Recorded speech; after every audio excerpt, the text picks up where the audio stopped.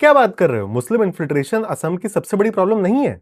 मैं असम का रहने वाला नहीं हूं, ना ही इस राज्य को अब तक विजिट कर पाया हूं, लेकिन मीडिया में असम के सीएम को मैंने ज्यादातर हिंदू मुस्लिम वाले बयान देते देखा है।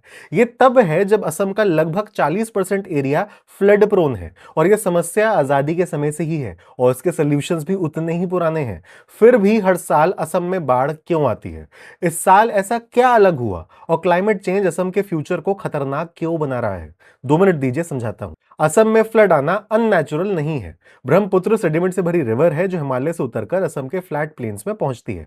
यह रफ्तार कम होती है, नदी रास्ता बदलती है और पानी फैल जाता है। लेकिन नेचुरल फ्लड को डिजास्टर हमने बनाया है। 1950 के असम तिब्बत अर्थक्वेक के बाद बहुत सारा डिब्रीज सेडिमेंट ब्रह्मपुत्र में आ गया। नदी अनस्टेबल हुई, जमीन कटना और रास्ता बदलना बहुत ज्यादा बढ़ गया। सरकार ने किनारों पर तटबंध यानी एम्बैंकमेंट्स बनाए। ये कुछ एरियाज बचाते हैं, लेकिन नदी को कंट्रोल नहीं कर सकते। और जब मेंटेनेंस ना हो, ड्रेनेज ब्लॉक हो या नदी रास्ता बदल ले, तो एम्बैंकमेंट्स टूट जाते हैं और पानी गांव तक पहुंच जाता है। 1950 से असम के रिवर्स 4.25 लाख हेक्टेयर का लैंडमास इरोजन में निगल चुकी हैं। ये एरिया गोवा से भी ज्यादा बड़ा है। और जब यहां बाढ़ आती है तो सिर्फ घर में पानी नहीं घुसता, बल्कि घर, खेती और गांव मैप से गायब हो जाते हैं। इसी को देखते हुए 1975 में सेंटर ने कहा कि फ्लड प्रोन एरियाज को मैप करो और कंस्ट्रक्शन पर कंट्रोल करो।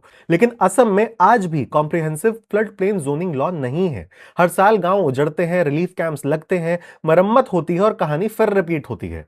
इस साल अपर असम में जहां अक्सर बाढ़ नहीं आती, वहां भी पानी बहुत तेजी से बढ़ा, क्योंकि 18 से 20 जुलाई के बीच नागालैंड के पहाड़ी इलाकों में बहुत तेज बारिश हुई। वहां का पानी नदियों से अपर असम तक आया। ब्रह्मपुत्र पहले से भरी थी, इसलिए नदियां अपना पानी जल्दी से उसमें छोड़ नहीं पाई। इसी वजह से उन एरियाज में भी तेज फ्लडिंग हुई जहां पहले नहीं होती थी।